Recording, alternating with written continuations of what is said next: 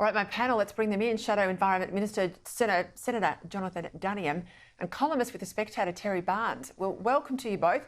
We'll start with some climate issues.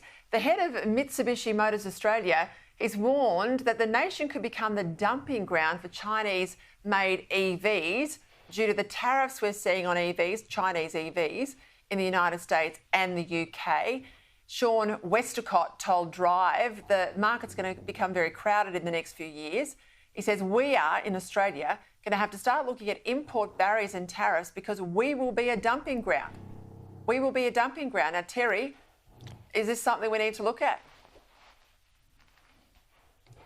Well, first let me say that I love my diesel Peugeot, Peter, and I'm not going to sell it anytime soon. But yes, look, I think there is a real risk of this. I mean, if there's going to be a tariff war between China, the US and the EU over the next couple of years and EVs are in the middle of it, there's a real chance it will be a dumping ground. But we are a free trade country too. This is not a climate argument, it's an economic argument. I think we have to hold the line on our free trade position and take some risk with it. But if we're going to get inferior quality electric vehicles on top of getting them in the first place, that is a real issue for us. What's going to be the price at CHOGM, do you think, Senator Duniam, this meeting in Samoa, for Australia and fossil fuel exports? Because there's all this talk that it'll be announced next week that we will that we will host the 2026 COP summit. It'll be COP 31 by then, the UN's climate summit. That comes with a big price tag too. What are you expecting in terms of the poor old taxpayer being hit yet again?